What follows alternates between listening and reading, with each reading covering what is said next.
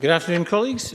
Can I just remind members, as always, that social distancing measures are in place throughout the campus, and in fact there are new one-way systems in place, so just to be careful, particularly when entering and leaving the chamber this afternoon.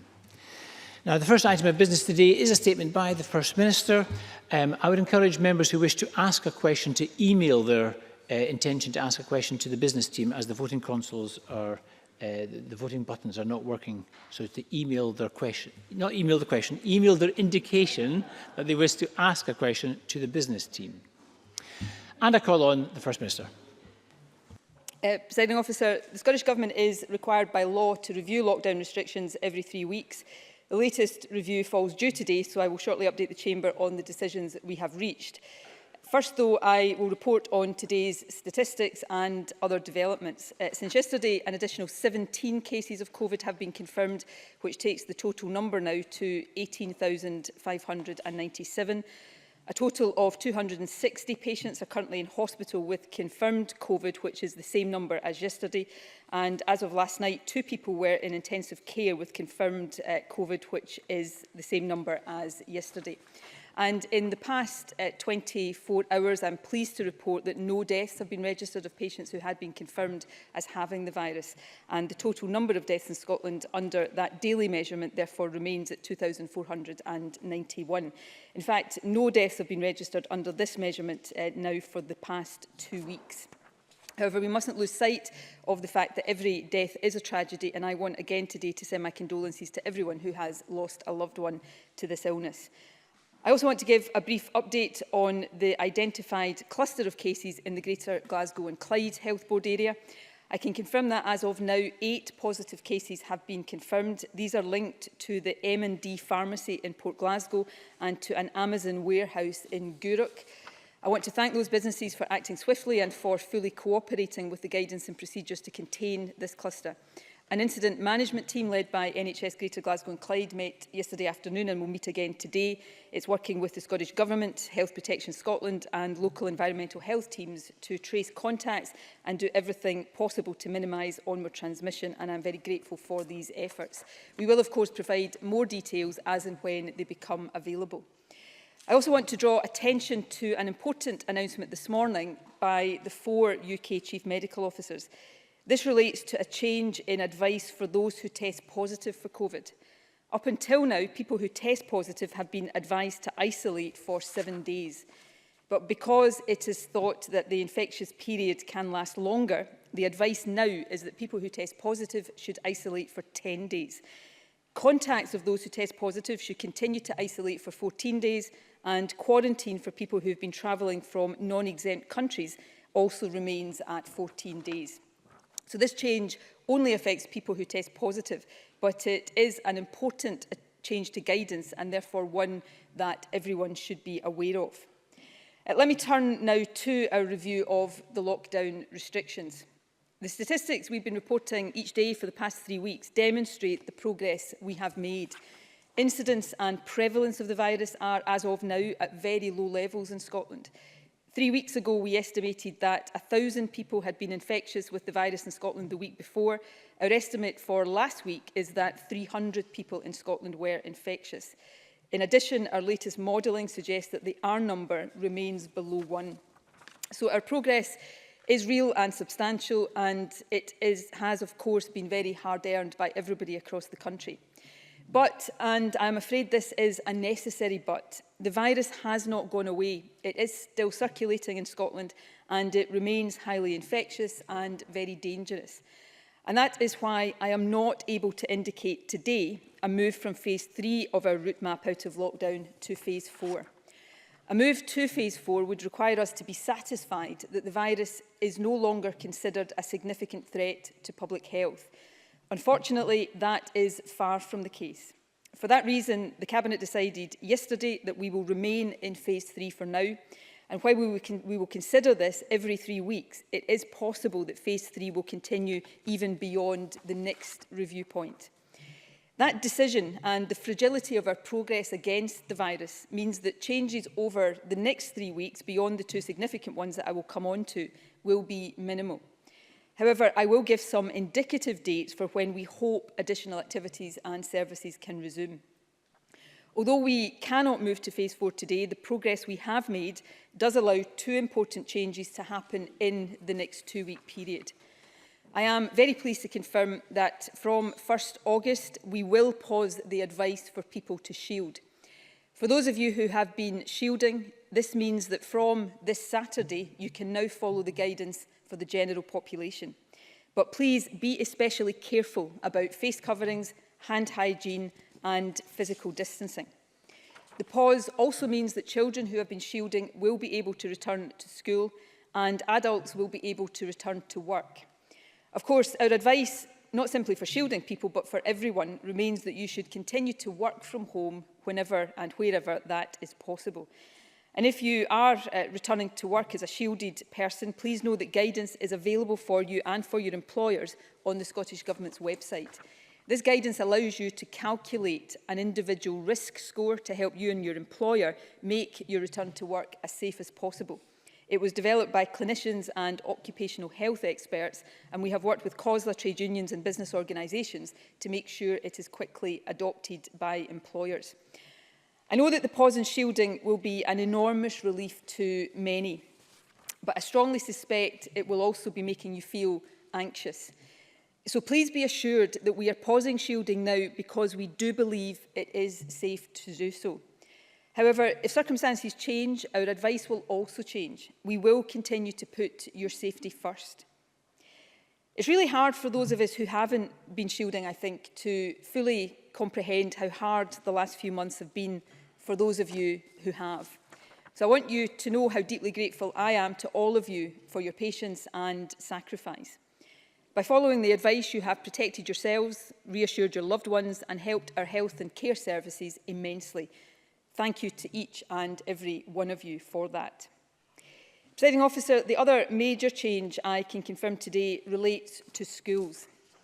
It is a moral and educational imperative that we get children back to school as soon as is safely possible. In fact, a key reason for our cautious approach to lockdown easing over the past 2 months and indeed over the next few weeks is that determination to drive the virus down as low as possible and keep prevalence low so that schools can reopen safely in August. I'm therefore very pleased to confirm today that schools will return from the 11th of August. Given how long children have been out of school, some local authorities may opt for a phased return over the first few days, but we expect all pupils to be at school full-time from the 18th of August at the latest. Now, I realise the earlier confirmation of this would have provided more certainty for schools and for parents to get ready for the new term, but we had to be sure, very sure, that the latest evidence supported this decision. Last Friday, the Education Recovery Group agreed guidance to support the safe return of schools. That guidance, which is being published today, draws on scientific advice from our advisory group on education and children's issues. The guidance makes clear that, in general, physical distancing between pupils will not be required while on the school estate, although distance should be maintained between pupils in secondary schools where possible, provided this does not compromise the return to full-time schooling. Distancing should also be maintained between staff members and between staff and pupils. The guidance also sets out the risk mitigation measures that must be introduced in all educational settings. These include ventilation, good hygiene practices and improved cleaning regimes. It is absolutely vital for the safe reopening of schools that these measures are applied rigorously in all settings. In addition, important public health measures will also be in place for schools. These include test and protect and fast priority access to testing for any symptomatic staff and pupils. We will also establish an enhanced surveillance programme in schools which will allow us to identify any impact of the virus on pupils and staff in schools across the country. I can also confirm today, Presiding Officer, that in addition to £45 million previously announced, we will make a further £30 million available to support the recruitment of additional teachers. We anticipate that this total investment of £75 million will enable the recruitment of around 1,400 extra teachers. In addition, we will invest a further £30 million on top of £20 million already announced as part of a £50 million education recovery fund for local authorities. This will support extra cleaning, facilities management, school transport and other practical measures that are absolutely vital in ensuring a safe return to schools.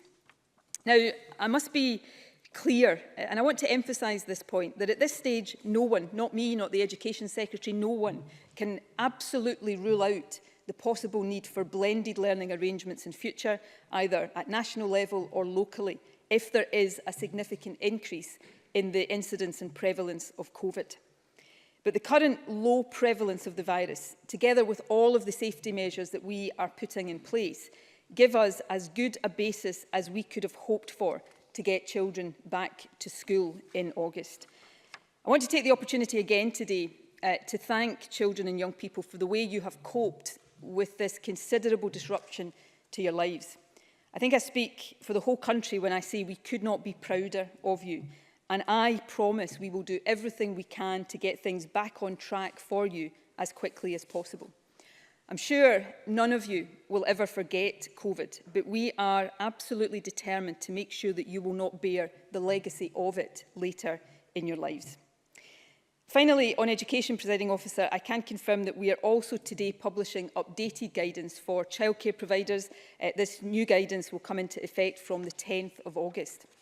Now, this new guidance doesn't represent a return to complete normality for childcare providers, but it does reduce the current restrictions while setting out age-appropriate measures to minimise risks for staff, children and families and wider communities. We know the importance to families of stable childcare, and these changes will help to make that more accessible. I'm sure the two main changes we are confirming today, a pause to shielding and the full-time reopening of schools, will be welcomed by people across the country. They are significant steps back to a less restricted way of life, and of course they also support a return to greater normality for the economy.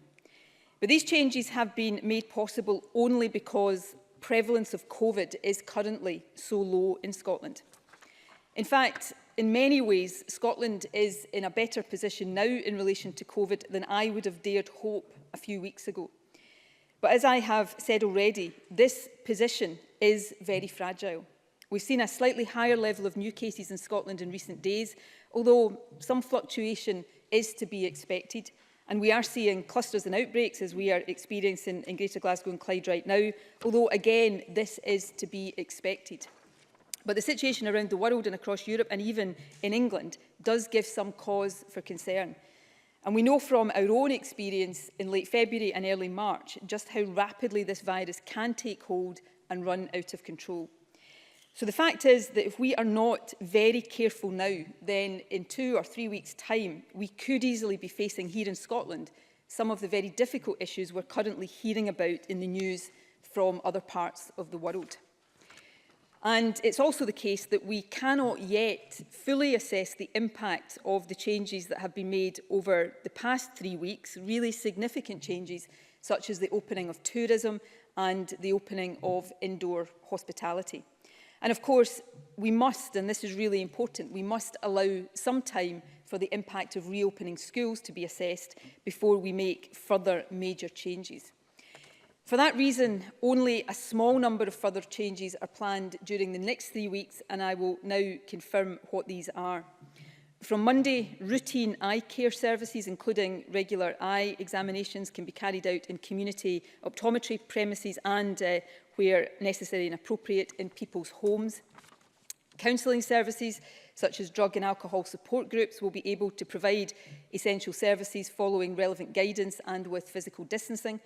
In addition, sports coaches will be able to meet with groups of more than 4 households in a single day, and we will also shortly confirm when they can work with larger groups. And from the 17th of August, a wider range of dental care can resume. In particular, aerosol procedures which create a fine mist through use of a high-speed drill will be allowed to restart if they are necessary for urgent dental care. These are the only changes that we currently expect to make during the next 3-week period. However, I now want to provide some indicative dates for late August and September to help businesses to plan. Full detail of this will be available on the Scottish Government website. However, please remember that at this stage, these dates are indicative and they remain subject to change. From the 24th of August, we hope that live events like concerts and comedy will be allowed outdoors with physical distancing, enhanced hygiene and restricted numbers. We also hope that organised outdoor contact sports will resume for people of all ages.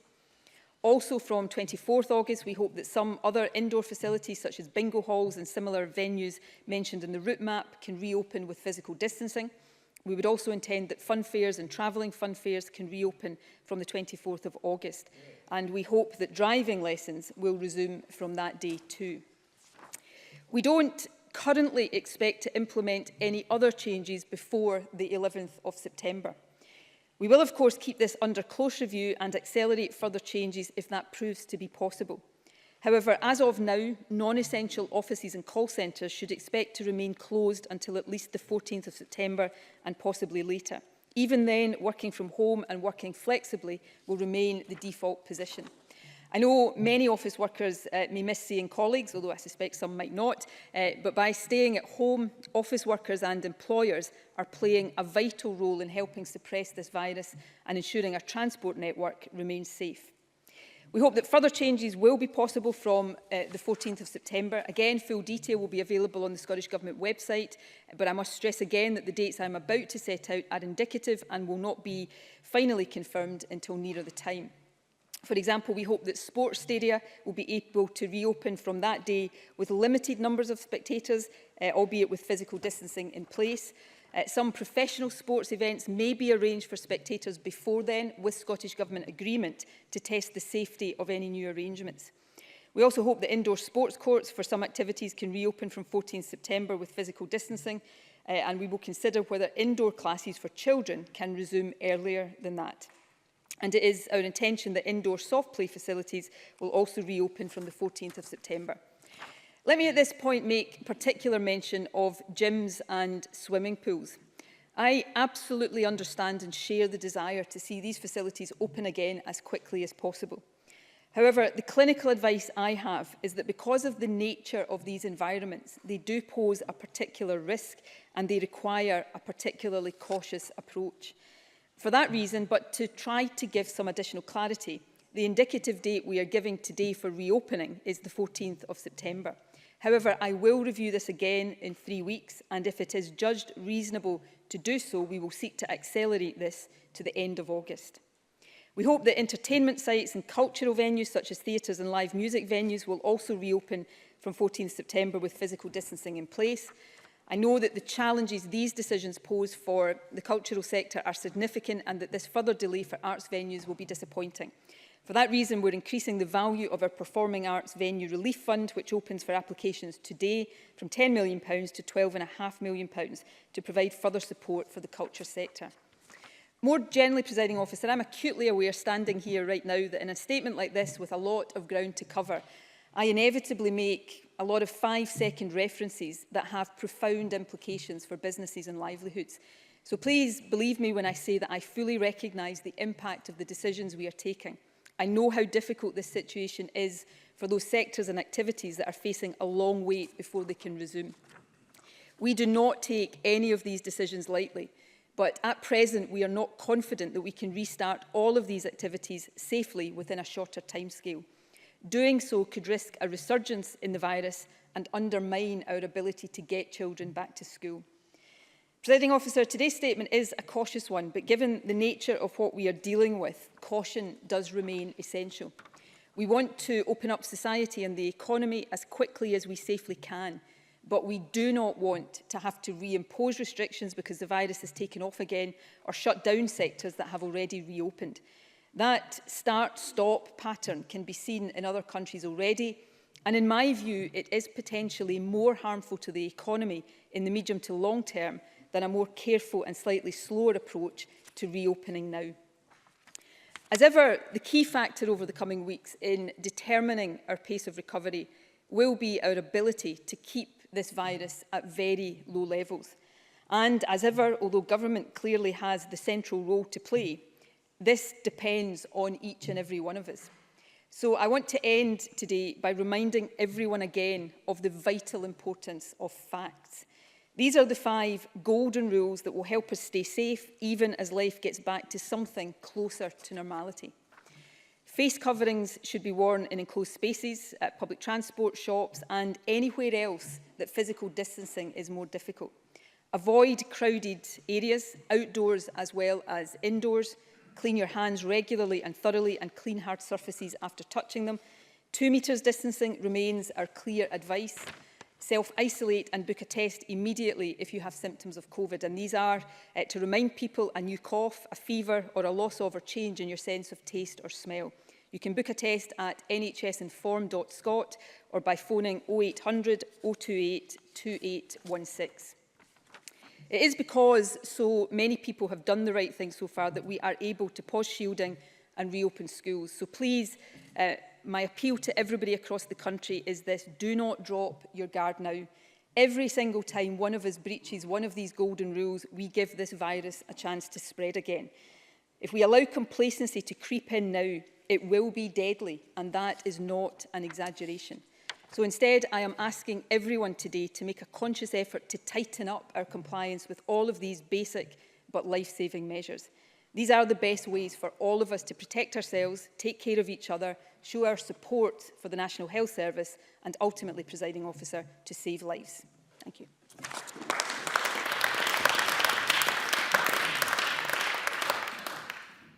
Thank you very much. The First Minister will now take questions. Jackson Carlo. Thank you, Presiding Officer. After months of gloom, I hope you'll forgive me if I start off with the unalloyed pleasure of those of us on this side of the chamber, at least, that after a year away but now fully restored to good health, John Scott has returned to the chamber.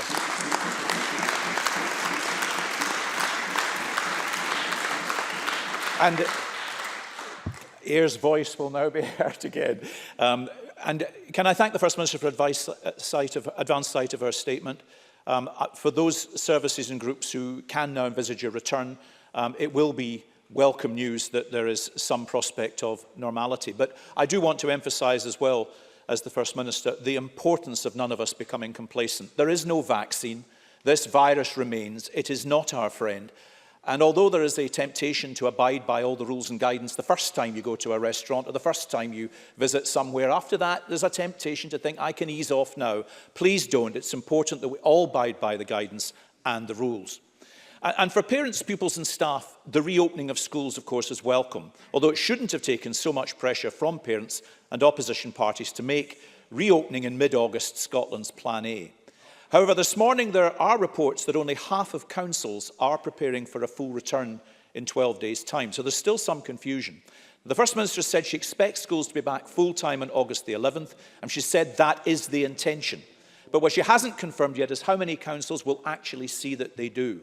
Now, we've heard from a number of councils already that the funding they believe they will receive may be less than half of what is required, but today's announcement will at least help clarify some of that. But will the First Minister confirm specifically how many of Scotland's schools will actually open, offering full-time education on the 11th of August? First Minister. Can I try and... Well, sorry, President Officer, before I do that, can I also take the opportunity to welcome John Scott back to the chamber?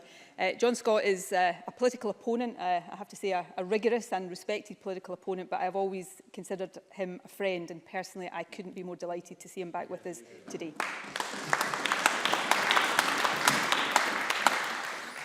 Let me just try to set this out very clearly. Schools will return on the 11th of August. My understanding is that most councils are planning full-time education from the 12th of August, but some will be planning a more phased return. Let's not forget that children have been out of school for 4 months. So for some children who haven't been inside a school building or seen their friends or their teachers for that period of time, perhaps a slightly softer start for the first few days may not be inappropriate. And I think it is right and proper that local authorities have some flexibility around that. And as I understand it, the local authorities that are planning that kind of phased return over the first few days include Tory-run councils. So this is something that councils will be looking at carefully, and I trust them to make that judgment. But we are expecting, and the Deputy First Minister will issue an education continuity order to this effect, that by the 18th of August, at the latest, all schools will be back full-time, because that allows for a slight phasing, but makes sure there is certainty about the full-time return. But I would expect the majority of councils will return to full-time education before that. So I hope that gives clarity to teachers, to local authorities, to parents, and most of all to children, who I know right now will be feeling excited about getting back to school, but probably a little bit apprehensive as well. And they should know that we're all thinking of them as they make that return. Jackson Carroll. Well, I appreciate that, the moment has been coming for weeks, and I am surprised we're not able to give absolute clarity, but that figure of date of the 18th of August is one that will be welcome, that all children will be back at school on that date. The First Minister concluded her statement by reminding everybody of the importance of facts. When Parliament last met on the 9th of July, and in response to questions from me, the First Minister repeatedly said that the prevalence rate of the coronavirus was 5 times lower in Scotland than elsewhere in the UK. Subsequently, this figure was widely reported and repeated in the media. This morning, the Director General for Regulation at the UK Statistics Authority wrote to us, and I know to the Scottish Government as well, giving his verdict on whether that statistic was true. And his verdict is damning. Firstly, when challenged at the time, the Scottish Government said it compared their Scottish Government COVID-19 modelling to a survey statistic for England. But when the UK Statistics Authority investigated and asked for the source of this statistic, the Scottish Government changed its story and said it was something else entirely. It was now a figure from a London university for the whole UK. Why did the Scottish Government mislead the public about the source of this claim? First Minister. I don't think that is the case, and let me say I stand by the view, which I think is backed up by the evidence, that prevalence of the virus is significantly lower in Scotland right now than in England. Although this is not something I have a shred of complacency about. The issue with the statistic I cited before was that the UK English part of that statistic has not been published, and that is not down to me. The UK Government hasn't published it, and I would encourage them, and perhaps Jackson Carroll will join me in encouraging them to do so. But if we look, and again, let me say here, my focus is on making sure that we keep this virus under control in Scotland, and I don't want to sound in any way as if I am complacent about that. But if we look at the number of people who have died over this month until now, for example, and every single death is a tragedy, in England, reported deaths under the daily measurement are around 2,000. In Scotland, they are 9.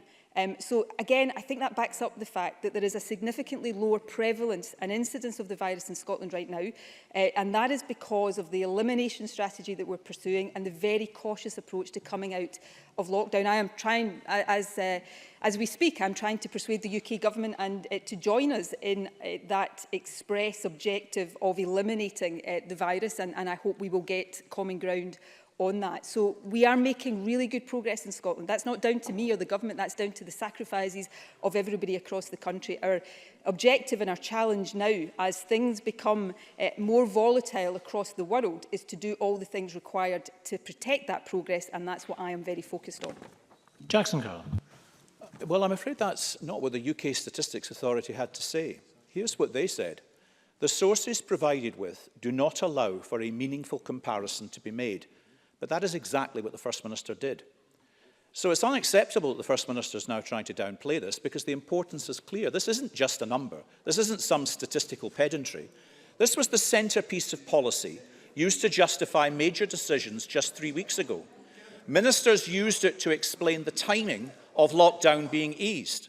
When the Scottish tourism industry was crying out for a positive message, the First Minister refused to shut down the idea of closing the border, using that prevalence statistic as the basis. Nicola Sturgeon used this prevalence figure to suggest her policy was working better compared to elsewhere in the UK. Here's what the UK Statistics Authority say. Order, please. Let's hear Mr Carroll's questions. Order, please. Here is what the UK Statistics Authority say.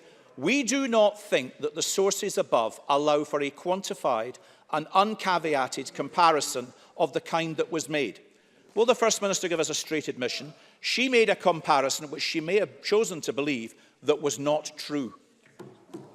First Minister. I accept the figures weren't published, and I accept the views of the statistics regulator on that. But I'd make, I suppose, a few points. And I don't know, I do deeply regret the sort of, instead of focusing on the substance of the issues we're all dealing with here, this attempt to somehow pretend that Scotland hasn't made the progress that we self-evidently have made in the fight of this virus is bizarre. We should all be so deeply grateful and relieved, I know I am, that we're seeing this virus driven to the low levels that we are seeing now in Scotland, although none of us should be complacent about that. And, you know, I quoted figures, and the figures I'm about to quote, just for Jackson Carlo's assurance, you can go onto the UK government's coronavirus dashboard and find these statistics. They are updated every day. In this month so far, around, I don't have the precise figure in front of me right now, but around 2,000 deaths in England have been reported under the daily measurement. These are people with confirmed cases of coronavirus. The corresponding figure in Scotland is 9. We have about 8.2% of the population. So I don't know whether Jackson Carlo is really saying that he doesn't himself think that there is a significantly lower prevalence of the virus in Scotland right now than elsewhere. You can see it in the daily case numbers that are reported as well. So I may have used a statistic that wasn't published, and you know, the statistics regulator rightly and properly has made his views known on that, and I respect that. But for goodness sake, there is plenty other published measures that lead to the same conclusion. And why would anybody want to deny that instead of saying we're really glad that Scotland is now in this stronger position? And I make no apology, Presiding Officer, for having taken the decisions that have led us to this position with all the sacrifices that people have made, and I will still take the decisions designed to get this country as safely as I possibly can through this crisis, whatever politics Jackson Carlo might want to play. Jackson Carlo. I think the First Minister has to be very careful when she talks about playing politics. When she is the leader and the chief executive of her party profiteer from COVID virus by producing party political face masks to raise funds for the SNP, and then encourage people down on the borders to shout obscenities at people coming to this country from England. Encouraged by... Order, please. Encouraged by SNP elected parliamentarians. And the issue here is that public confidence in government decisions should not be undermined by made-up figures to substantiate political party spin. Now, I'm perplexed because the binder in front of the First Minister is full of detail. The First Minister is well prepared. She is the first to bring a statistic to any debate. She made this claim about the prevalence rate 7 times, and again as recently as last week. This wasn't a slip of the tongue. It's not simply not for the First Minister to say she thinks this is all fine, nor to say that this is all very complicated and she has to try and imagine what the numbers were, nor to suggest that the UK Statistics Authority has been anything other than damning. The First Minister knows this prevalence statistic was wrong, and she knows why it was wrong. Now, people across the country take the First Minister at her word, and now we know that they were repeatedly misled on this fact. Will she apologise? First Minister. I genuinely find myself right now feeling quite sorry for Jackson Carlo. I've been a politician for 30 years, and I still can't imagine getting so bound up in bitter partisan politics that I can't bring myself to welcome the fact that we have made such progress against a deadly virus. How blinded must you be to find yourself in that position? And my tolerance for this kind of politics is lower than it has ever been before. Let me just, the conclusion I drew about the relative prevalence was not wrong. The figures I accept were not published, and that is not down to me, it's down to decisions of the UK government. But again, I come back to, we're in a position right now that over the course of July, we have had 9 registered deaths under the daily measurement in Scotland, none for the last 2 weeks at all. And the corresponding figure in England is around 2,000. So even if you think the figure I used previously was wrong, you're entitled to think that.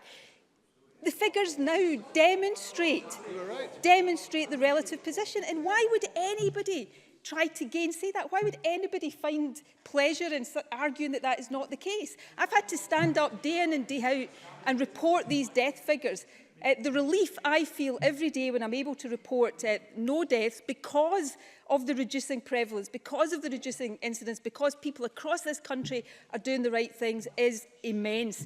And I'm going to continue to focus on that. Yes, I will continue to do everything to persuade people to wear face coverings. In terms of my party, every penny of profit made will go to charity, actually. Yeah. But I will do everything possible to encourage people to abide by all of the advice, because that's what's got us into this position. Jackson Carloff, for his own narrow reasons, might not want to recognise the strong position Scotland has got itself into, but I'm afraid it is a reality. And the focus now and the challenge for all of us is to make sure we continue that reality and don't go backwards. And that's what I'm going to continue to spend every waking moment of my life concentrating on.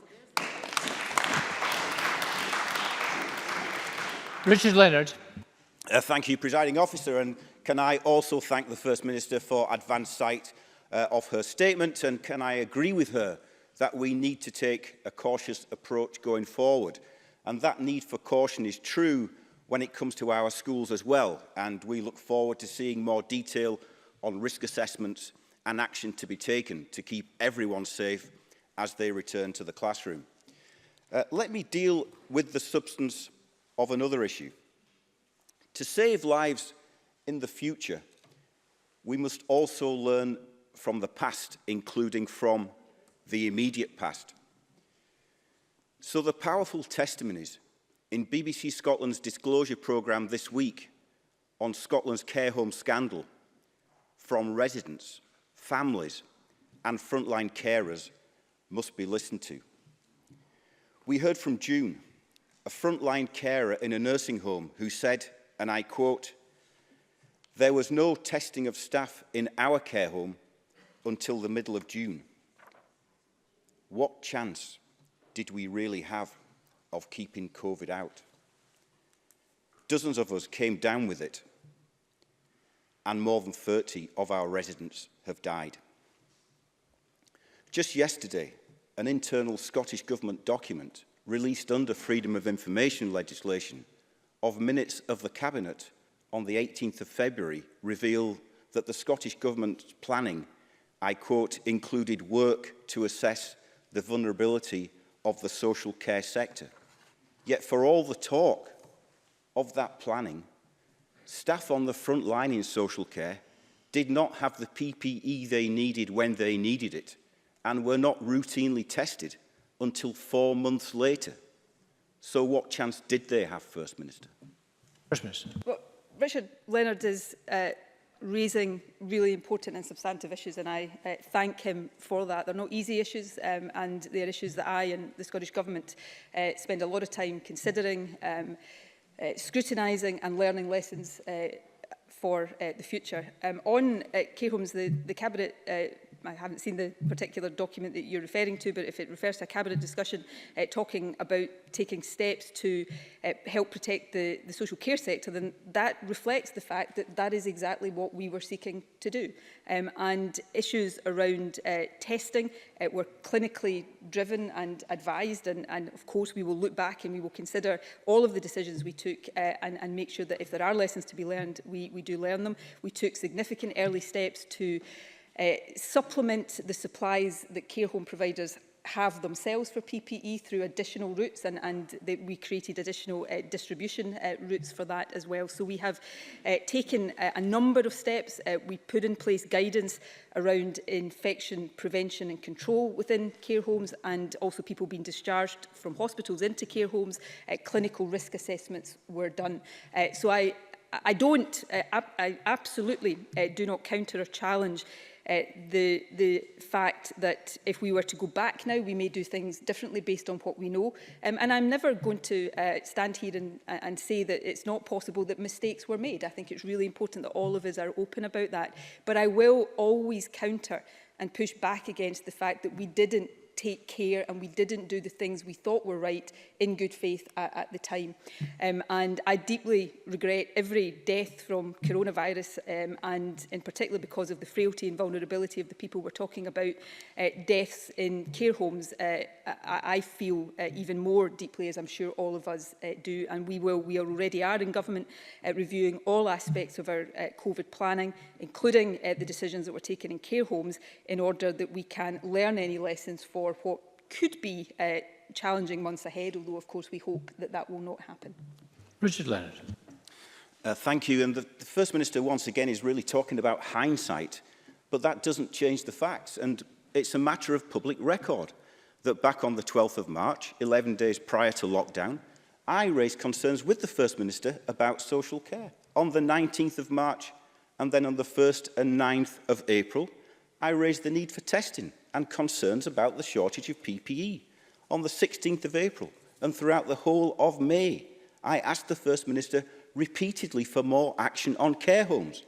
And First Minister, even if you did not want to listen to me back then, why didn't you listen to frontline carers, to professional associations, to royal colleges, and to trade unions raising concerns? Why didn't you listen to people like Donald McCaskill, like Alison Pollock, like Hugh Pennington? And if you did not want to listen to them, why didn't you act? Why didn't you act on the recommendations of your own planning exercises? Exercise Iris, Silver Swan, which warned of unpreparedness in social care in the face of a virus in 2015 and 2018. 65% of Scotland's care homes have now had COVID-19. Half of all deaths from COVID-19 have occurred in Scotland's care homes. There have been over 2,300 excess deaths in Scotland's care homes. And 13 care home workers have died from this virus. No wonder the Scottish Human Rights Commission says we need an inquiry which is prompt, which is independent, which determines responsibility, is subject to public scrutiny, and allows for the involvement of the next of kin. One which considers whether human rights standards and principles have been met in Scotland's care homes. I agree that this is exactly what must happen.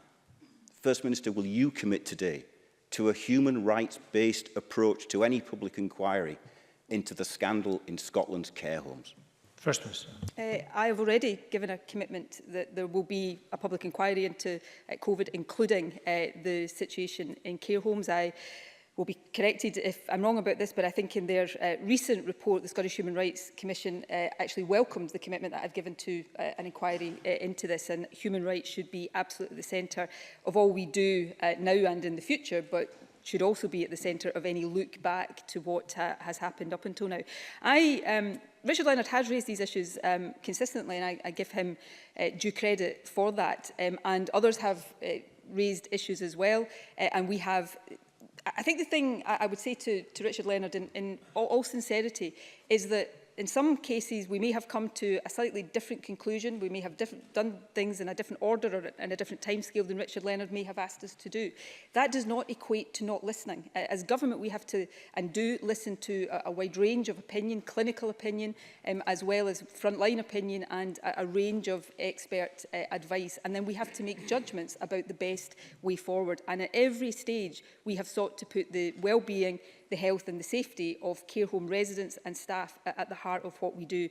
I readily accept that in two categories. One, because unfortunately we can only look back with the knowledge that we have now, and some of that knowledge we didn't have at the time, and therefore different decisions may well have been taken. And in another category, and you know, this is not usual for a politician to stand here and so readily do, but I think it's important that we do it. Undoubtedly, this government, all governments will have made mistakes in all parts of handling of this, and we have to acknowledge that and accept the accountability for that and learn for the future. And I am absolutely committed to doing that. And the reason I'm committed to doing that is not just, although this is important, for the sake of those who have died and their families, or those who contracted COVID in our care homes, but it is also for the future. I was reading a report this morning in the media about the situation in Victoria in Australia right now, where they're having a surge of cases, and a significant number of those cases now are also in care homes. So this is something that has not gone away for any country across the world. And for that reason, as well as all the others, the need to learn lessons is important, and I am absolutely committed to doing that. And I welcome, as I have throughout, I welcome the input from people across the chamber on that. Richard Leonard. Thank you, Presiding Officer. Well, the First Minister mentions the Scottish Human Rights Commission, and let me just be clear about what it is that they said 2 weeks ago. They did say that they welcomed the First Minister's commitment to holding a public inquiry into the handling of the pandemic, including what has happened in care homes. But they went on to say, we would now like to see the Scottish Government further commit to taking a human rights-based approach to any public inquiry. And that's the question which I just asked the First Minister, and I would be grateful if she could give me an answer to that question specifically. The strain of dealing with this pandemic has been traumatic for care home residents, families and frontline staff. They are traumatised, but they are also angry. Yvonne, a senior carer in a care home, told the Disclosure Programme this week, people were even blaming us for taking COVID into the homes, but we weren't being tested. 1 minute, they're saying to us, don't wear a mask. The next, wear a mask. We didn't know if we were coming or going. Now they are testing us, but thousands are dead. It's too little, too late. Too little, too late. So, First Minister, what we need now is compassion and action. These frontline carers are still living in fear. Fear that they are not supported by the Scottish Government. Fear that they will be written off again. Fear that they will go unrecognised, unappreciated and unrewarded now that the clapping has stopped. What action will you take to support them, to recognise and reward them, and to give them hope in place of that fear? First Minister. Firstly, I thought I had answered this question in my previous answer, but just in case I left any doubt, which clearly I did, let me repeat it. I am committed to a human rights-based approach to any inquiry. I think that should be taken as read, but for the avoidance of any doubt, let me put it on the record. Can I also say, I don't blame any care home worker. I absolutely do not blame any care home worker or any frontline health worker or anybody else for what has happened in coronavirus. On the contrary, I went into this crisis full of admiration for those who work in the front line of our health and care services, and 4 months later, I cannot find the words to properly convey the admiration and gratitude and respect I have for them. So they have done an outstanding job in the most difficult of circumstances, and they will have my lifelong gratitude for that. But Richard Leonard is right. Gratitude is not enough. That is why we work. Donald McCaskill was mentioned earlier on. The Health Secretary works very closely with Donald McCaskill, who is head of Scottish Care, and talked regularly to trade unions to make sure we are hearing concerns and acting on those. I'm not going to recap because I've done it previously and in the interest of time, but I can outline all of the different steps we've taken to respond to concerns, whether that's on PPE, on testing, on other aspects of the situation in care homes, and we will continue to do that. For as long as it takes, nothing will be more important to me and to the whole Scottish Government than getting the country, not just our care homes, but certainly they are particularly important, but the whole country as safely as possible through this pandemic. We're not there yet. There is still a lot to do. But the approach we are taking, the cautious approach to coming out of lockdown, and the steps we are taking to learn lessons and make sure that we have the right protections in place for future will remain absolutely at the heart of all of our thinking and all of our planning for as long as necessary. Thank you. Patrick Harvey. Thank you, Presiding Officer. Can I also thank the First Minister for the advance copy of the statement and join with others in once again thanking everybody in every public service, in every business and every individual in Scotland who continues to take this situation seriously, observe the rules, listen to the guidance and treat this pandemic with the seriousness that it deserves. In preparing to open schools, the First Minister's statement placed some emphasis on the importance of testing.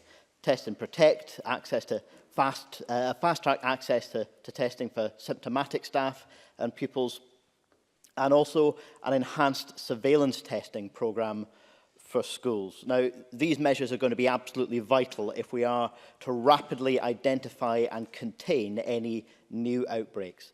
So I imagine I wasn't the only person this week who was a bit disturbed to hear the Deputy First Minister say on Monday that the enhanced surveillance testing might not in fact be in place by the time schools reopen. Nobody here wants to see any new outbreak in schools, as has happened in other countries. So can the First Minister now give us a clear assurance that the enhanced surveillance testing regime for schools will be in place, fully operational, by the 11th of August?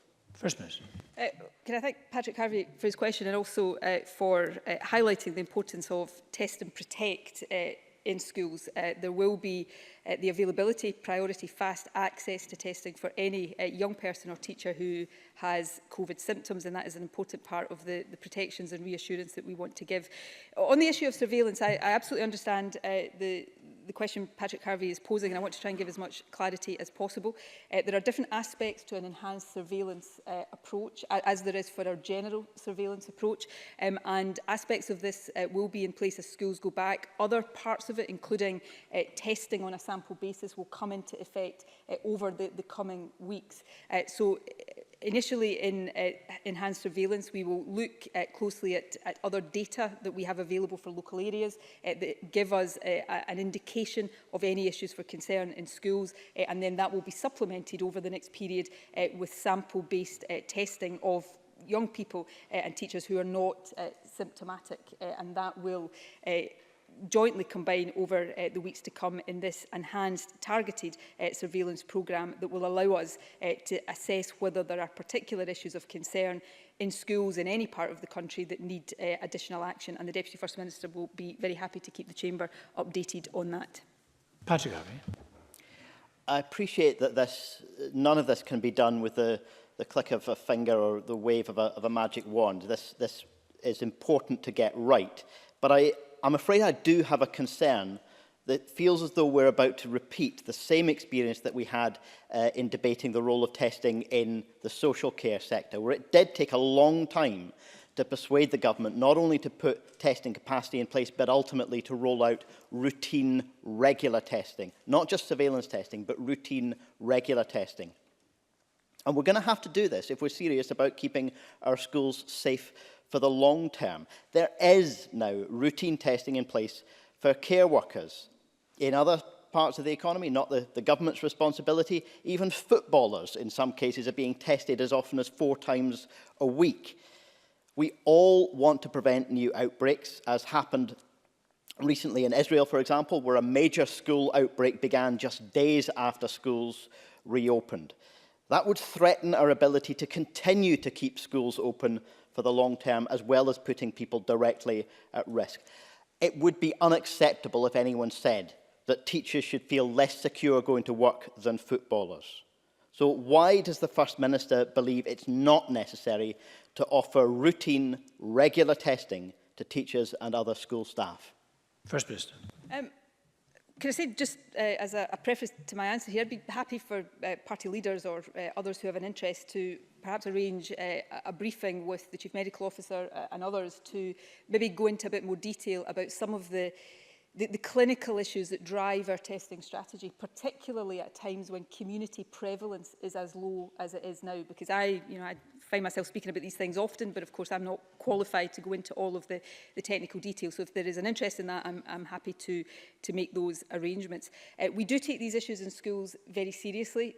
Let me be very clear about the importance of test and protect in schools, and that means any person who has symptoms has access to testing quickly, and then of course any contacts of anybody that tests positive are traced as well, and that is an important assurance.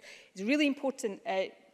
Patrick Harvey mentioned Israel, and I know the advisory group that gives us advice on these things has looked at the experience in other countries, including the situation in Israel. Often what you find there is it's not outbreaks in schools that drive community transmission, it's community transmission that then risks outbreaks in schools. So the key thing we have to do to protect schools is to keep community transmission as low as possible.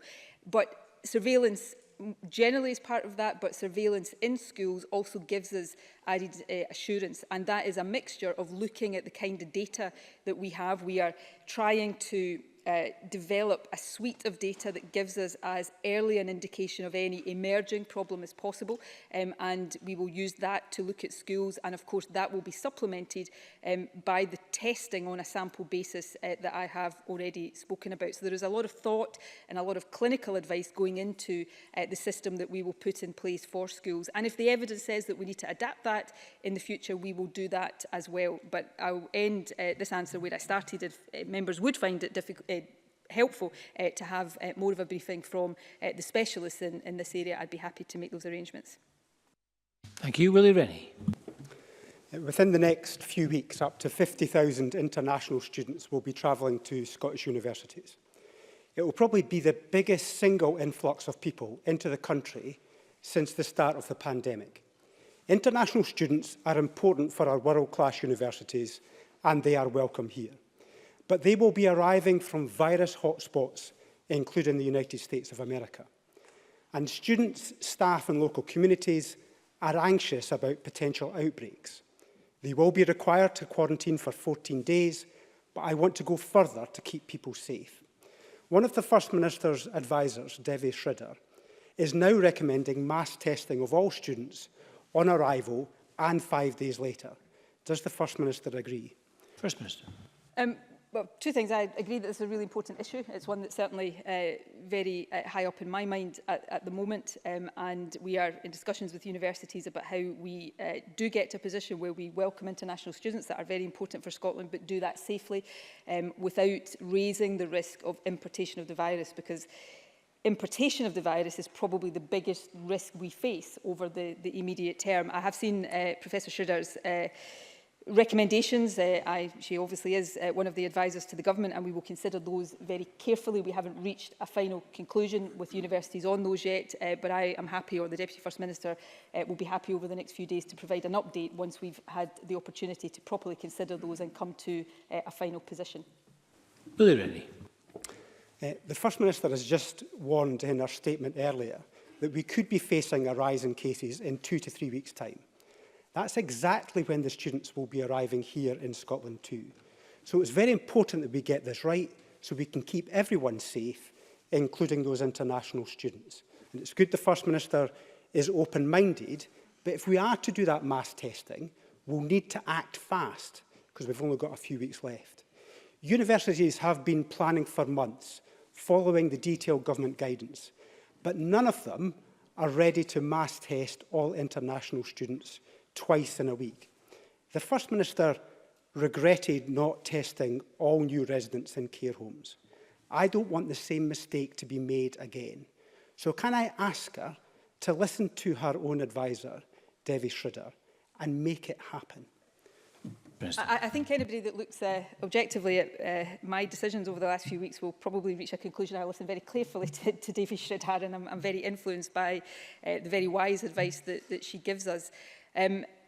On these issues, so I agree with the points that Willie Rennie is making. I'm simply, I suppose, in return, making the point that these things, although I know and reflects the discussion I often have with my own advisors, these things are really as straightforward and simple as they appear on the face of it. So testing may well be an important part of this, and I certainly want to consider that fully and to do so quickly. But Willie Rennie talked in his first question, I think, about the requirement there will be to quarantine. And this is similar to the position with international travel more generally. That is actually the most important piece of advice that we give. And there's a debate within the UK government right now, and certainly we will continue to explore these things as well, as to whether quarantine, whether there is an alternative to quarantine around testing, either a full alternative or partial. And I am open-minded to that. And this is where I have always said, and yes, we have changed our position on testing in line with clinical advice, but actually one of the points I have always made, which I continue to make, is that testing is not a magic solution, because the incubation period of this virus means that if somebody comes into the country, you test them on day 1 and they're negative, and even if you test them on day 5 and they're negative, that does not mean that by day 6, 7, 8, 9, 10 through to 14, they will not test positive. So testing may well have a part to play, but it is unlikely to be an alternative to the quarantine, which is the foundational bit of advice we're giving people. And I think it's really important for all of us to remember that. This is not about saying to international students they just come into the country and nothing happens. The quarantine advice is the vital bit of advice, and if there are ways we can supplement that, that's what we're considering. Thank you. We're going to move on to open up to questions from all members. We're going to run the question session up to 2 o'clock, but there are a large number of members who wish to ask a question. Those who haven't already done so, if you wish to ask a question, email the business team rather than use your request buttons. Stuart McMillan, to be followed by Donald Cameron. Stuart McMillan. Thank you very much, Presiding Officer. I thank the First Minister for the update about the cluster in my constituency, including Port Glasgow, and I'm aware that the Health Board will be issuing a further statement today. That the lack of information provided thus far has understandably caused concern amongst my constituents, and I also realise that speculating about the events won't assist the situation. But can the First Minister confirm that it's both the M&D Green pharmacies in town, what assurances can be provided that M&D Green followed all the correct COVID-19 procedures, and what additional testing will be put in place in my constituency to help my community? First Minister. Can I thank Stuart McMillan for his question, and can I thank him for his very close interest in this over the past 24 hours or so on behalf of his constituents. I appreciate, and public health teams across the country and my own officials will tell you that they often have me demanding more information and more answers as quickly as possible on these things. But these outbreaks are often very complex, and they do take time for contact tracers and public health experts to understand what the links are and what the possible routes of transmission are. So I would appeal to people, we're all highly anxious about this, but I would appeal to members in particular to have a bit of patience as the experts do their job and work to minimise onward transmission and protect all of us. Can I give Stuart McMillan the assurance that the 2 locations, the pharmacy in Port Glasgow and the Amazon facility in Gourock, have been visited by Environmental Health.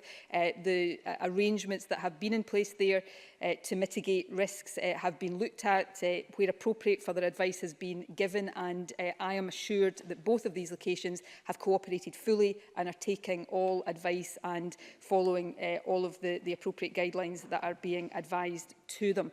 The issue of testing is important. So there is testing underway as part of the contact tracing programme, and we will consider, guided of course by the incident management team, whether further testing through a mobile unit or some of the other facilities can be made available or need to be made available on a wider basis. And if that is required as part of the management of the outbreak, then that will be provided. And we will keep both Stuart McMillan and the wider chamber updated as and when there is more information and more decisions. The incident management team will meet again this afternoon, and I would expect a further statement to be issued once that has concluded. Thank you, Donald Cameron, to be followed by Ian Gray. Thank you. This week's harrowing BBC documentary about care homes showed care home workers who felt they were prevented from sending residents infected with COVID-19 to hospital. In March, the Scottish Government issued guidance that stated as follows: it is not advised that residents in long-term care are admitted to hospital for ongoing management but are managed within their current setting. Anyone reading that guidance would think that residents infected should be kept in their care home. In the light of evidence from care home workers, does the First Minister now accept that that guidance issued in March was wrong? First Minister. That guidance was not intended to in any way negate the clinical judgment of somebody caring for an older person.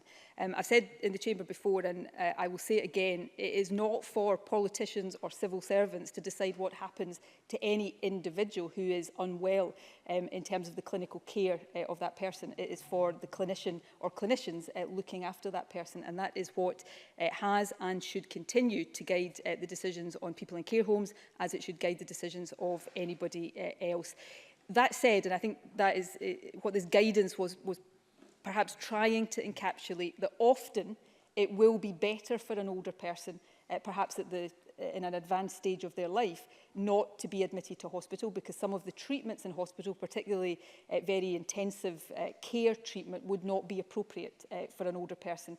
Instead, it would be more appropriate for them to stay and be cared for in their own familiar environment. But ultimately, the decision about that must be based on individual circumstances and the clinical decision of those responsible for the care. Ian Gray to be followed by John Mason. Thank you very much. It is welcome news that schools can return full-time. But whether it's full-time or blended learning, we've known for months that we would need more teachers, support staff and cleaners. Instead of giving councils the resources they needed when they needed them to get staff in place in time, the government was still haggling with COSLA last night. There's now only a fortnight to go to find these staff. It's still just over half the money needed. It's still just over half a teacher per school. It's still too much of a wing and a prayer. So will the First Minister commit now to whatever further resources schools need when they need them so that they can be open and safe? First Minister, before you reply, can I just ask Mr Swinney to stop heckling speakers when they're asking questions? First Minister. Ingrid, comes out with statements that say it's only half of what is needed. I'm not sure exactly what he is basing that. Well, COSLA, and I say this with the greatest of respect, of course COSLA will want to maximise the resources that the Scottish Government makes available to them. And we have a negotiation, and we come to a view on the appropriate. Now, Ian Gray, and he's entitled to do this. He sort of criticises the government when we haven't announced new money. He criticises the government when we do announce new money. I've just announced significant extra investment, investment that will support the recruitment of 1,400 additional teachers across the country, a £50 million fund that will support local authorities with the extra cleaning, the facilities management, the measures they may have to put in place in school transport. So, absolutely. I used to do it in opposition and myself. I'm sure it is always possible to say it's not enough. But in times when we're all facing additional demands for financing, and at a time when the Scottish Government's budget continues to be constrained, and we don't have the additional borrowing powers that we would like to have, the kind of money that I've talked about today is significant, and I'm sure local authorities will make very good use of it. John Mason to be followed by Liam Kerr. John Mason. Thank you, Presiding Officer. I think theatres and other performing arts venues have been very grateful for the support they've had so far, including my favourite theatre, which is the Tron in Glasgow. But I understand they will not now be able to reopen before the 14th of September. Can the First Minister clarify what extra support is being provided for them? First Minister. I've indicated today some additional support through our Performing Arts Venue Relief Fund. Applications open for that today. The original funding for that was £10 million. We're increasing that to £12.5 million. I tried to convey this in my statement. I stand here and I announce these decisions, and often I do it in a sentence or two. And I know that behind every single one of these decisions are profound implications and consequences for individuals, businesses and whole sectors across the country. And I want people to know that they are not decisions that we are taking lightly. We are looking very carefully at the different environments and the different risks that are associated with these environments, and setting out a cautious path forward that is designed to make sure we keep moving forward, and that we don't get into a position where we're having to go backwards and close down venues or businesses that have previously been reopened. And we will continue to look at what support we can give to those who are having to wait longest, because I know how hard it is for them. Liam Kerr, before Monica Lennon. Thank you, Presiding Officer. Page 61 of Benny Higgins' report last month was clear that the government should respond to his recommendations by the end of July. On the 24th of June in this chamber, the First Minister promised to do so. Today is the 30th of July. First Minister, will the timescale be met? First Minister.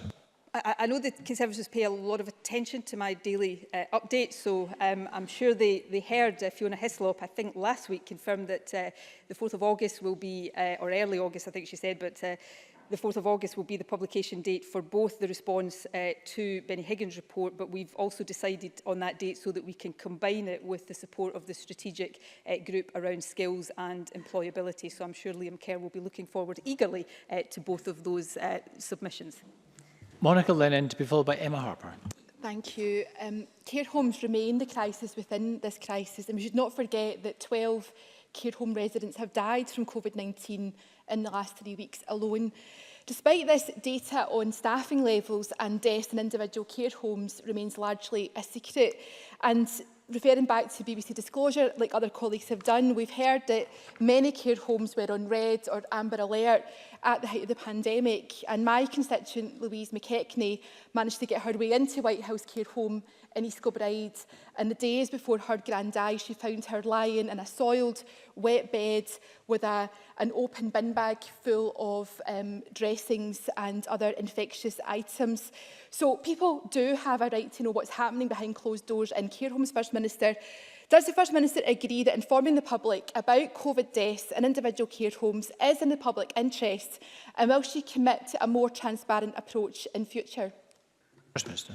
We publish a significant array of information, and that information has expanded and grown over the course of this pandemic. So I will always agree to consider whether there's more information that we can publish. I absolutely believe that it is vitally important that people understand the course this pandemic has taken, the consequences of it, in order that they can understand some of the decisions, and also understand if there are decisions that have been taken that should have been taken differently. So I will further consider that. I think the other thing I would say to Monica Lennon, relating to the early part of her question, and it is important when she said we should never forget, and I want to give her an assurance that for as long as I live, I will never forget any one of the deaths in care homes or across the country. I know people across this chamber, and this is right and proper and absolutely understandable and legitimate, will disagree with decisions I take, will think I should take decisions I don't, or think I shouldn't take decisions that I do. That is part and parcel of democracy. But I genuinely hope that nobody will doubt the sincerity and the determination that I and my colleagues across government have to make sure that we take the right decisions, we get this as right as we possibly can, and we protect people as far as we can from this virus. That has been our objective from day one, and it will be continue to be our objective for as long as this virus remains a risk to our health and well-being. Emma Harper, to be followed by Miles Briggs. First Minister, since COVID restrictions have been eased, there's been a surge in reports of very irresponsible campers, who I call fly campers, leaving large amounts of litter, setting fires and causing real damage to the natural environment. These fly campers should not be confused with wild campers who live by the phrase, take only pictures and leave only footprints. Does the First Minister therefore agree with me that everyone who accesses the countryside needs to do so responsibly? And will she join me in encouraging all to familiarise themselves with the Scottish Outdoor Access Code? First Minister. Yes, I absolutely agree with that. Many people are enjoying the opportunity to get outdoors for the first time after some months spent by necessity very close to home. And the vast majority, and I think it's important not to lose sight of this point, the vast majority are doing so responsibly, and I thank them for that. But there is a small minority of people who are spoiling this for others. They're endangering themselves and communities and the environment, and behaviour like that is not acceptable, and I want to be absolutely clear about that. Community policing teams are taking these matters seriously, and they have powers under the Antisocial Behaviour Act to issue on-the-spot fines to people who are behaving in antisocial ways. We have also partnered with Zero Waste Scotland and Keep Scotland Beautiful to develop a national anti-littering campaign, which launched on the 15th of July, and we'll continue to work with local authorities and the police to consider what more can be done to protect our rural environment and communities across Scotland as more of us take the opportunity of the freedoms that we've been denied for so long. Miles Briggs, be followed by Colin Smith. Thank you, Presiding Officer. The BBC Disclosure Scotland programme demonstrated how families across the country who have lost loved ones to COVID continue to seek answers. These individuals and families need support, assistance and the truth. So can I ask the First Minister if she will agree today for the Scottish Government to establish a COVID-19 families network and fund to help them to access advocacy services to get the answers they need? First Minister. In principle, yes, I'm happy to consider that. Obviously, I'd want to consider the detail and exactly what that would entail and what arrangements would need to be put in place to support it. But I'm very happy to consider it and feed back to the member when I've had an opportunity to do so. Thank you. Colin Smith, be followed by Rona Mackay. Thank you, Presiding Officer. Whatever the arguments over the handling of the lifting of the quarantine rules for travellers arriving from Spain, for them to be reintroduced a couple of days later, the reintroduction is a further blow to the civil aviation sector, a sector already on its knees, with the Fraser of Allender Institute projecting a possible 2,500 job losses in Scotland alone. So will the First Minister personally meet with the trade unions and other stakeholders to listen to their case for sector-specific support from the Scottish Government to minimise the jobs crisis facing Scotland's airports? And will she also ensure that all business support includes conditionality to stop the current practice of Scottish Government grants being paid to companies firing staff so they then can rehire the same staff on lower pay and conditions? First Minister. In relation to the two specific points, firstly about meeting the trade unions, I spoke personally to Pat Rafferty of Unite Union yesterday, or I think the day before yesterday, specifically about aerospace and aviation, and I will continue to have that engagement and dialogue, as my ministerial colleagues will, on a range of different issues. On the issue of grant support or other financial support from the Scottish Government, we always seek to embed fair work principles into those arrangements, and we will continue to look at what more we can do to do that, because I agree certainly with the sentiment of Colin Smith's question. On the wider issue, briefly, I think in some ways this encapsulates the difficult balancing act that we're trying to strike here. The impact on aviation and aerospace is significant, and that's why we want to try and, when the evidence says it's safe to do so, allow them to return to normality as much as possible. So when the evidence looked as if that was possible with incoming travel from Spain, we did that, but we also said at the time that that was subject to change should the picture alter again. And that really is the nub of this issue. We are living right now in an inherently unpredictable, uncertain and unstable situation. And that affects international travel just as it affects aspects of our life. And that means that I reserve the right, and the Scottish Government reserves the right, to take whatever decisions we need to take to protect the public. Because if we protect the public from this virus, then yes, I know that some of what we have to do to achieve that has a big impact on the economy in the immediate term. But by doing that, I think we give the economy in the medium to longer term a much better and more sustainable platform for recovery. Rhoda Mackay, to be followed by Rachel Hamilton. Thank you, Presiding Officer. I very much welcome the announcement that vital drug and alcohol addiction services are able to restart safely. Can the First Minister confirm that venues such as church halls, etc., will be able to open to host them, and will guidance be produced? First Minister. So yes, this is dependent on the venues being able to be available for that, and it is also dependent on guidance being in place. Obviously, there are a range of different services encapsulated in this general position, but we want to see them able to operate as quickly as possible, and therefore we'll work with different parts to get that guidance in place as quickly as possible, because I know how important access to these services is for many people across Scotland, and that, I think, applies in particular to drug and alcohol counselling services. Rachel Hamilton, to be followed by Julian Martin. Presiding Officer, may I draw members to my register of interests?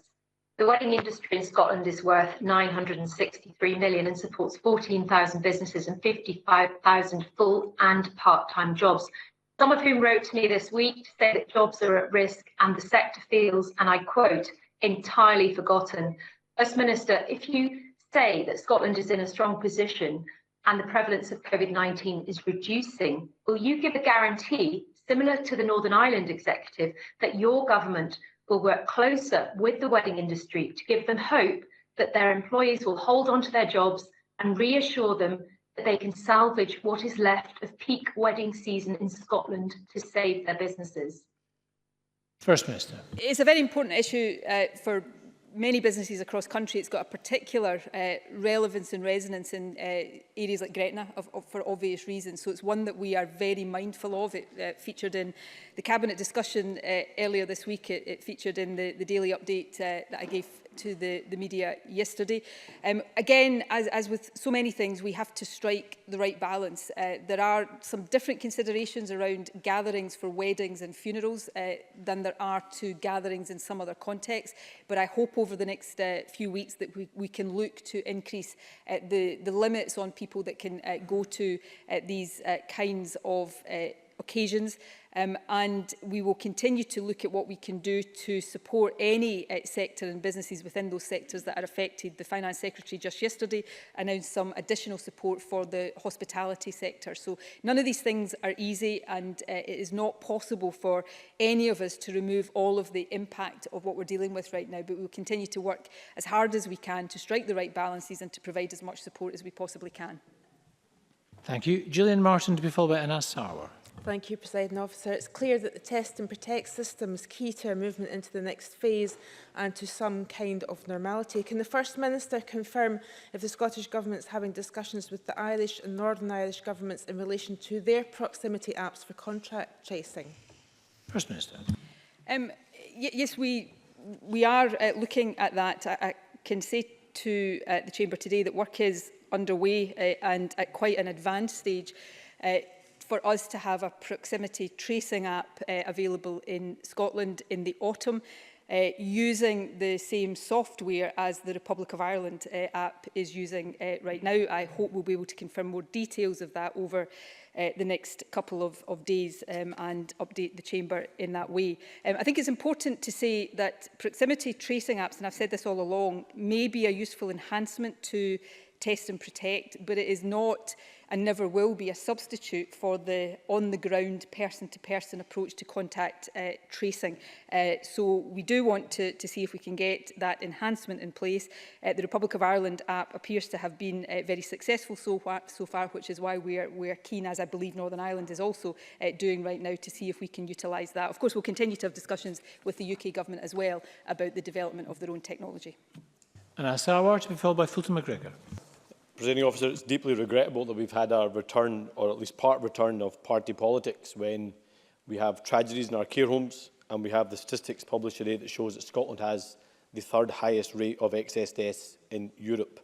Our fellow citizens have died, many of them, and lives are still at risk. Can I join the First Minister in paying tribute to all those that have been shielding, some 180,000 people across the country, thank them for their patience and their sacrifice. I believe stats today show around 4,000 of them have sadly lost their lives. And as shielding now ends, many of them will be even more anxious. Some of them will not have a choice. They will be forced to go back to work, depending on their relationship with their employer. Can I ask the First Minister what action there is available if there is unreasonable employers for those that are shielding? And secondly, if we do have local outbreaks and we do have local lockdowns, what immediate rapid communication mechanisms are in place to inform those that would need to shield in those circumstances, and then what support mechanism will be in place for them? First Minister. To thank Anas Sarwar for his question, can I just take a brief opportunity on the issue of politics around this? I'm not infallible on these things, and I will get it wrong at times as well. But can I make a refreshed plea to people across the Chamber for all of us to try to keep normal party politics out of this? And that is not me asking not to be scrutinised. On the contrary, I think scrutiny is really, really important. And I know comments have been made about daily briefings and everything. If any of you think that I crossed the line, because I try very hard to keep politics out of these things, because I want people listening to them to listen to the advice, whether they agree with my politics or passionately disagree with my politics. So if any day any of you think I've crossed the line there, because I make mistakes as well as anybody else, then, drop me a text, tell me that. But please do not try to undermine my ability to communicate directly with the public on key matters of public health during a global pandemic. And I welcome Anas Sarwar's comments. On the substantive question, we will continue to support people shielding to make the right decisions about going back to work. The guidance that I refer to is really important because it allows individual risk assessments to be done.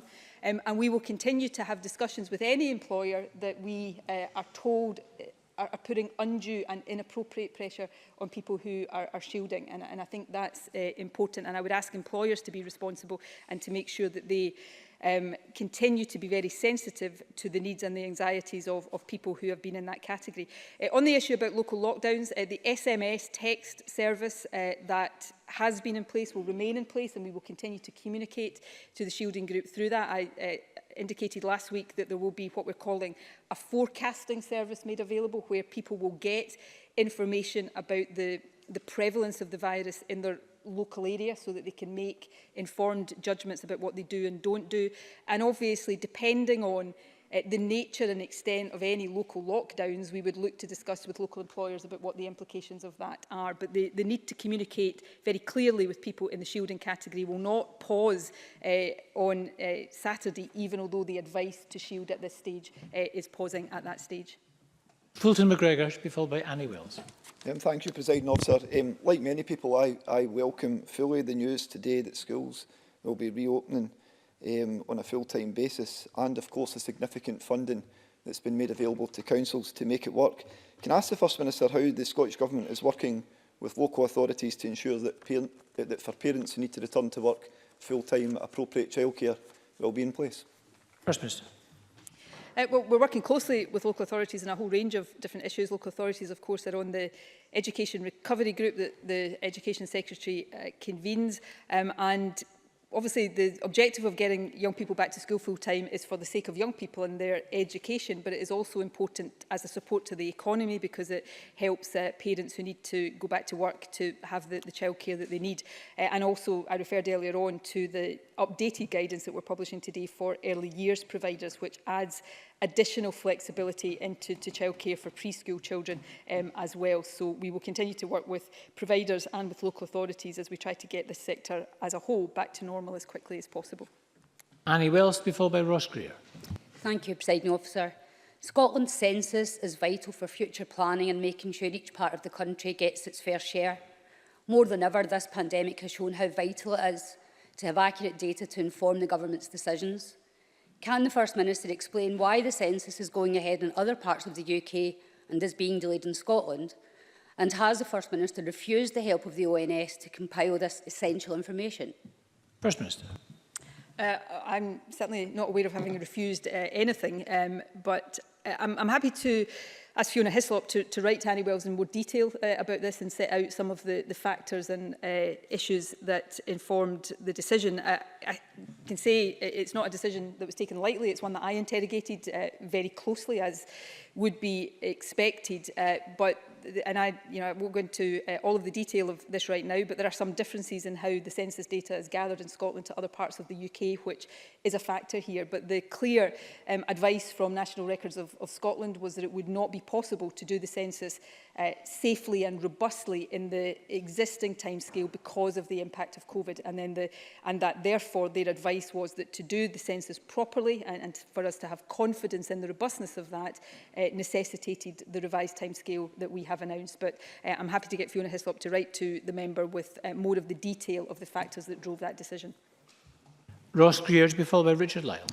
Thank you, Presiding Officer. I've been contacted by a number of school staff who have a range of questions about face coverings and how their health is protected when schools reopen. Many, understandably, are asking why a 5-year-old is required to wear a mask for a short trip into a shop, but 15-year-olds are not required to wear a face covering in a classroom environment. But one specific concern that's come up quite a lot today is that teachers would be recommended to wear a face covering if they're within 2 metres of pupils for more than 15 minutes.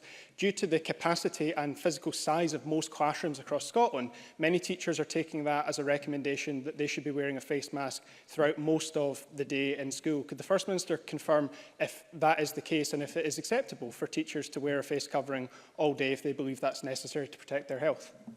First Minister. I wouldn't say that my conclusion is that the advice in the guidance that's been published today comes to that conclusion for the majority of teachers. But I would say a number of things. I appreciate members will probably not have the opportunity to see the guidance that has been published today. There is a fair degree of detail in there about face coverings. There is no general requirement in schools to wear face coverings. And I think a bit like physical distancing for older pupils, where we're recommending that happens where possible in schools, but it's not absolutely mandated, but we're still asking older children to physically distance out of schools. There will be different considerations in different environments, and sometimes that can appear anomalous and inconsistent, but it is informed by the advice and the evidence of the risks of transmission. Teachers will be advised to wear a face covering if, as Ross Greer said, they can't maintain physical distancing and are closer than the recommended distance for a period of time. But more generally, anybody who teacher or young person who feels that they want to wear a face covering because they feel it would make them feel safer should be supported to do so. At every turn in the development of this guidance, as the Deputy First Minister will be able to testify to personally, we have tried to be very mindful about the risks and how we mitigate those risks, while on the other hand, creating as normal a feeling environment for young people in school as possible, because I think that is also conducive to their education. So these issues will continue to be very carefully thought through and decisions reached in that precautionary basis. Richard Lyles, be followed by Beatrice Wishart. Thank you, Presiding Officer. First Minister, can I firstly thank you for the funfair announcement, and I refer members to my register of interest. I was pleased to hear the update on the successful pilot with NHS Lanarkshire and NHS Louisa Jordan, which saw 315 patients receive ophthalmic and plastic surgery outpatient consultations since the start of July.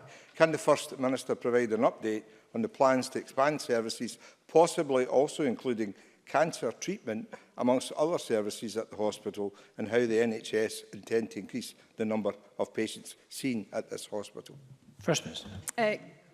Can I thank the member for that question? I visited NHS Louisa Jordan personally on Monday to see the work that they've been doing. I'm hugely grateful and relieved that that hospital hasn't been needed for its intended purpose, and although we can't be complacent about that, but while it is there, I think it is really helpful and important that we use it to try to contribute to the wider NHS effort. It has done, by Monday, it was more than 300 outpatient consultations for orthopaedics and plastic surgery.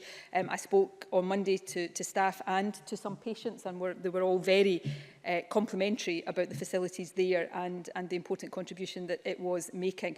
That has been a pilot, so there are now, and when I spoke to the Chief Executive on Monday already, there were discussions planned, and I believe probably also underway with other health boards about extending that, and also looking to extend not just the territorial reach of it, but to extend the range of procedures or consultations rather that might be undertaken there, x-rays for example. And if it is possible to look at some consultations for cancer treatment, then we will certainly do that.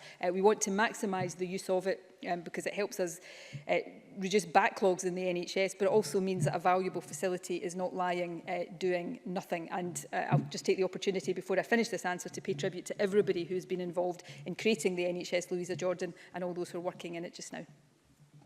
Beatrice Wishart, to be followed by Maureen Watt. I've been contacted by constituents who rely on adult daycare and respite services. The past few months have been intense and more challenging than usual and for them and their special needs adult children. One exhausted father told me last night, "We always get left behind." These families need a break and to see a chink of light at the end of this long tunnel, but there appears to be a block in the road because of delays to guidance. So can the First Minister please give my constituents some indication about the timescales of reopening these much-needed services? First Minister. Beatrice Wishart raises a really important issue, and you know, this situation has been difficult for everybody, but there are some groups of people that I absolutely recognise it has been more difficult for than others, and people who would normally have access to respite, that is definitely one of the groups. Rather than try to give a detailed answer right now, because Beatrice Wishart has said that there has been a suggestion that there's some block on guidance. I want to go away after this and look into where the guidance is, if there is a block, what that might be and how we take that away. And I'll undertake to come back to her, hopefully very soon, to give her the detailed answer that she can then convey to her constituent. Maureen Watt, to be followed by Murdo Fraser. Thank you, Presiding Officer.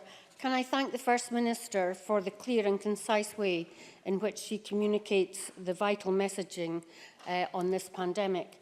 But can she confirm that the messaging is communicated effectively in all the languages, or most of the languages, used by those who choose Scotland as their home, including the Eastern European languages, the first language of many in my constituency? First Minister. That's a really important issue, and I want to assure Maureen Watt that we are totally committed to ensuring that all public health messaging is accessible to all communities across Scotland. It's vital that that is the case, and I represent a constituency where, and some of the schools in my constituency, upwards of 30 languages are spoken, so I understand the necessity and imperative of this. The 2 national COVID door drops that were sent to every home in Scotland were available in a range of languages and accessible formats. The core national facts campaign has been translated into 32 languages, and we've worked with community partners on accessible materials for ethnic minority communities who have limited or no literacy in English, and that includes easy read and audio materials. We're also working with NHS 24, NHS Lothian and NHS Greater Glasgow and Clyde to provide public health messaging on NHS Inform in multiple languages and accessible formats. And currently, those materials are available in 14 different languages, but we hope to extend that in the period to come. Murdo Fraser, to be followed by Sarah Boyack. Thank you, Presiding Officer. There are many people in Scotland's faith communities who struggle to understand why there is an arbitrary cap of 50 on indoor gatherings when many church and other buildings could accommodate with social distancing much greater numbers. At the same time, there is no limit to those who can gather in pubs, in restaurants or in cinemas, and today the First Minister indicated that theatres and indoor entertainment venues could reopen from the 14th of September, presumably without any cap on numbers. So why are places of worship being treated differently, and when might this change? First Minister. I want to give an assurance that places of worship are not being treated differently in the sense that we're not thinking very carefully about these issues. I've personally had a discussion in the last few weeks with leaders of all of our faith communities to understand, I do understand the concerns they have, and at the time they were concerned, rightly and understandably, about pubs opening before places of worship were allowed to open for communal prayer, and we brought those dates into alignment. I recognise, because often I have to go through the process of understanding this myself, that there are things that on the surface appear to be anomalous, but they are driven by different environments and how people interact in different environments and how people breathe in different environments. So there is a lot of thought goes into these things. I would hope that over the period to come, the limit both in communal prayer and worship and also on events like weddings and funerals can be increased, and we're looking at that carefully.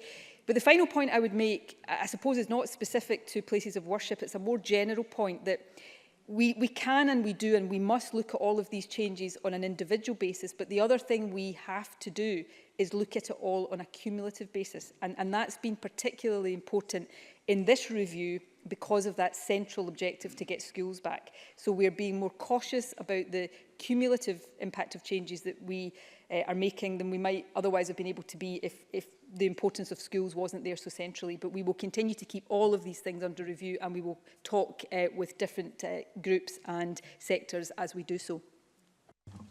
Sarah Boyack, to be followed by Bob Doris. Can the First Minister explain what she meant by her statement that social distancing in secondary schools should be maintained where possible, and the guidance says where there is no impact on capacity? What does that actually mean in practice? Don't school students and staff need more clarity on safety when they return? So will she commit today to ensuring councils have the funding they need to ensure our schools are safe, both when they open and also going forward in the light of experience? First Minister. We wouldn't be announcing the decisions we are announcing today if we weren't satisfied that what we were doing was safe, and I think that is important to stress, and we will obviously look very carefully at the experience of opening schools to make sure that that assessment doesn't change. In terms of what I said in my statement, the advice we got was that physical distancing in general in the school estate was not required, but that balance of judgment was different in secondary schools to primary schools, particularly for pupils in the senior phase. So we have said that where it is possible, distance should be maintained in secondary schools, and as I say, particularly for senior pupils. And that means that they should utilise available space in a way to do that. But if doing that would, if space constraint is such that doing that would mean that all pupils couldn't be back full-time, then the advice is that, that getting pupils back to school full-time is more important than the physical distancing, albeit with all of the other mitigations that are advised and are in place. And that was an aspect of this that we looked at very carefully, guided, of course, by the advice of the scientific subgroup on children and education. Bob Doris, be followed by John Scott. Presiding Officer, I've been contacted by several youth football teams in my constituency who are pleased to see the return of team sports but face significant challenges to secure sports facilities, some of which operated by Glasgow Life, and they remain closed, teams would be happy to return initially using only outdoor facilities with players arriving pitch ready, so no showers, no changing rooms to limit infection. Can I ask the First Minister how the Scottish Government is supporting and working with councils to identify and remove barriers to reopening such sports facilities as speedily as possible, given many local youth football clubs in my constituency have a lengthy wait before they can get back to training and playing once more? First Minister. Thanks to Bob Doris for the question. Since the 13th of this month, children and young people have been able to play outdoor football and other sports in an organised setting where there is sport-specific guidance in place from the governing body. The Scottish FA has agreed guidance with Sport Scotland, and that includes information on hygiene, measures and the ability to contact trace as required by Sport Scotland's overarching guidance.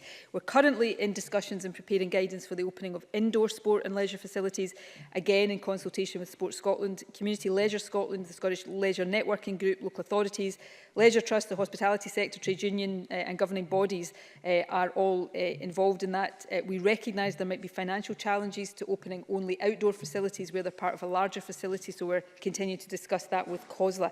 And as I've indicated today, the current indicative date for the reopening of indoor leisure facilities is the 14th of September. John Scott. Thank you, Presiding Officer. And can I thank you and the many members and members of staff who've sent me messages of support and encouragement during my illness. Presiding Officer, the First Minister will be aware of the significant loss of life in care homes in my Ayr constituency. The First Minister has also warned us of emerging threats of a second wave of the pandemic. Can the First Minister assure Parliament that lessons have now been learned about how best to deal with Covoid in care homes?